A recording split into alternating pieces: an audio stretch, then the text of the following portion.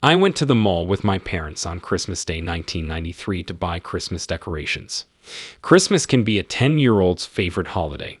My holiday thrill and anticipation often overpowered me. My father took us home after shopping. Sitting in the rear, I saw the busy streets. My father drove carefully as my mother talked. A loud bang, the automobile shook, and I felt a powerful vibration. From the car window, I witnessed an ambulance hit us. After losing equilibrium, the car toppled over like a toy car. Thrown off, my body spun in the air. Thunk, I whacked my head on something. My body felt out of control and my consciousness blurred. Without my body, I seemed like an invisible observer. I observed the entire crash scene. Our car's window glass was cracked, and an ambulance parked next to it had the front end crumpled and severely damaged. My heart felt confused and scared. I saw my pallid, lifeless father in the automobile. My mother cried and called my father and me repeatedly. My physicians kept treating me even though my heart stopped.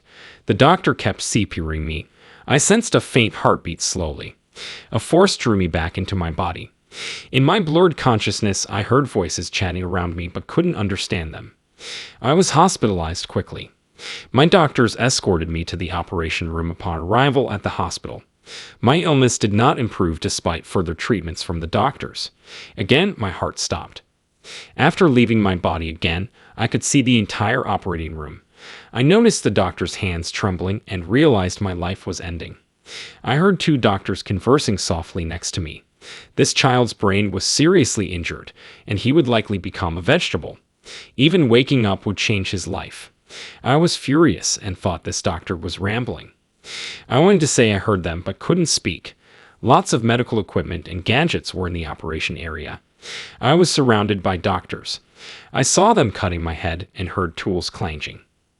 I sensed a strange power around me. An angel appeared in the surgery room. This angel was wingless and had peaceful eyes. The angel approached me and gently caressed my forehead, calming me quickly. This angel had a pure spirit that seemed to bring fresh air. Despite not knowing who or why this angel was here, I knew he was there to aid me. I felt warm in his company. I asked the angel about my father's news, but he was mute. He whispered, "Your father is well." Hearing these words lifted my spirits. But the angel said, "He has gone to heaven." I couldn't believe this news. I asked confusedly, "My father died. What made him abandon my mother and me?" Angel calmly said, "Your father's mission has been completed, and he needs to go to the other world." It was hard to accept this reasoning. I thought my father abandoned my mother and me. The angel assured me, "Your father is among you. He will always support you." Asking the angel to take me to my father, the angel shook his head and advised me not to go to heaven yet. I needed to finish numerous critical chores. He promised I would see my father again. I was angry and upset that the angel wouldn't take me to see my father. I begged him to take me to my dad again. Finally, the angel granted my wish. He said it was hard, but he would help me fulfill my goal. He also reminded me that this was a short trip and that I needed to prepare. I nodded to signal readiness. The angel grasped my hand and we rose. After passing through the white clouds, I saw a magnificent garden. I observed many flowers and trees in this garden. A clear creek bordered the property. It was like a problem-free world. The angel led me deep into the garden. Houses appeared before me. The house was identical inside and out to my existing home. The house has bright blue exterior walls. Under the large oak tree in front of the door was thick green grass. The house door was open, welcoming us. A family portrait appeared when I followed the angel into the room. The photo showed my parents and me. The room's interior matched my house. The furniture was brown and the walls pastel yellow. A guitar hung on the wall. It felt warm and welcoming, like home. A sound came from outside the room.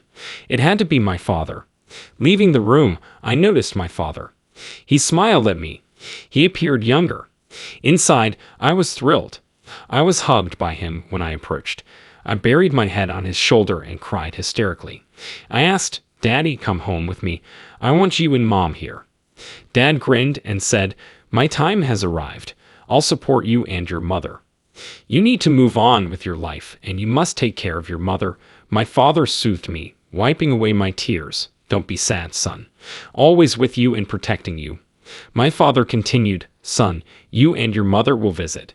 This is your home and will always live here." After showing me the house, my father remarked, "Son, would you like to meet your grandfather? My grandfather died before I was born, thus the house has no photo of him."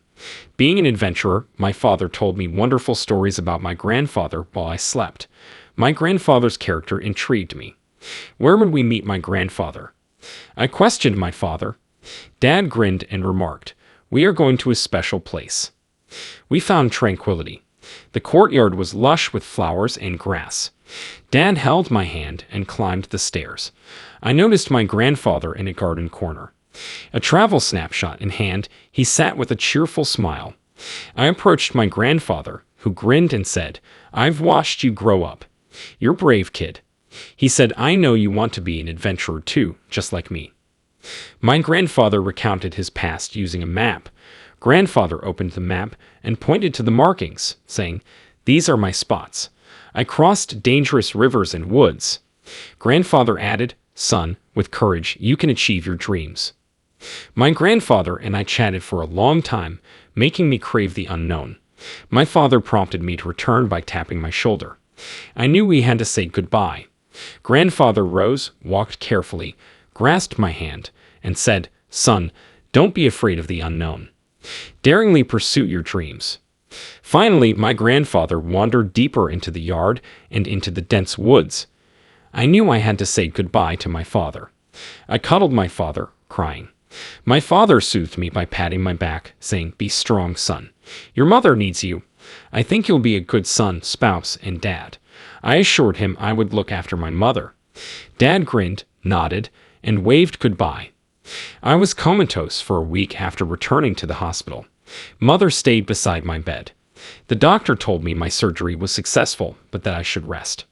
I received treatment in the hospital alongside my mother for several days. She was by my bedside every morning, encouraging and comforting me. My mother didn't tell me about my father's health during my few days in the hospital, but I knew he had died. My mother hid in the corner and cried often.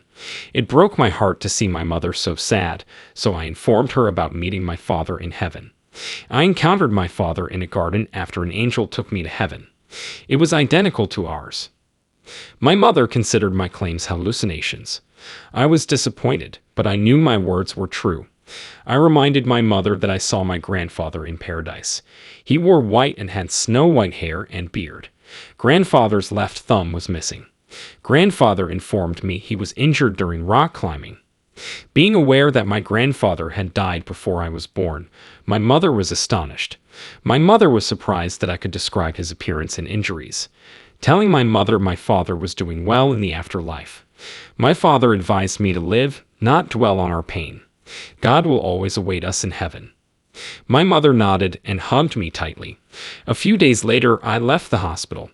Instead of turning green, I recovered rapidly, defying the doctor. It was all a blessing from my heavenly father and grandfather.